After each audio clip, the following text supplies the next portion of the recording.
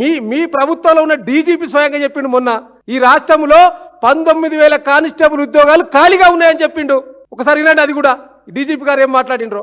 అక్కడ సరైన సిబ్బంది ఉండకపోవడం అవన్నీ కూడా మళ్ళీ దాన్ని పునర్నిర్మించి ముందుకు వెళ్ళే అవసరం ఎంతైనా ఉంది. వేకెన్సీస్ దాదాపు 19,000 వరకు ఉన్నాయి. 19,000 వరకు వేకెన్సీ ఉన్నాయని రాష్ట్ర డీజీపీ గారు మాట్లాడిండు. మరి మీరు ఇవాళ ఏం చేస్తున్నారు? 5,000 కానిస్టేబుల్ ఉద్యోగాలు ఇవ్వడానికి సిద్ధమైంది. ఇవాళ కూడా నిరుద్యోగ జేఏసీ మిత్రులు పోలీసు రిక్రూట్మెంట్ బోర్డు దగ్గర ధర్నా చేసిండ్రు, ఆందోళన చేసిండ్రు.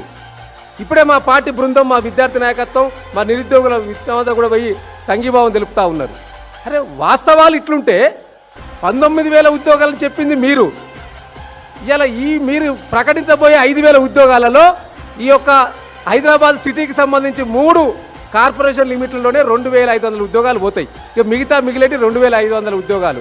ఆ 2,000 ఉద్యోగాలలో బీసీలో ఏబిసిడీలు, ఎస్సీ ఎస్టీలో వివిధ వర్గాలకు చెప్తే ఒక్కొక్క కమ్యూనిటీకి ఒక్కొక్క ఉద్యోగం కూడా రాదు.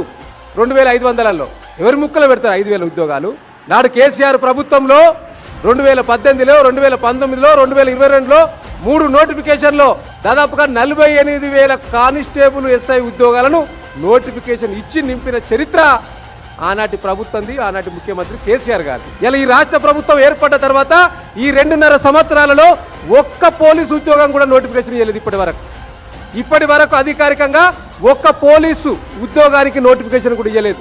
మీ అసమర్థత వల్ల, మీ అసమర్థ పాలన వల్ల, మీ ముందు చూపు లేకపోవడం వల్ల ఇలా మీరు ఇంకా గొప్పలు మాట్లాడుతూ నిరుద్యోగులకు 70,000 జాగ్రత్త బిడ్డ.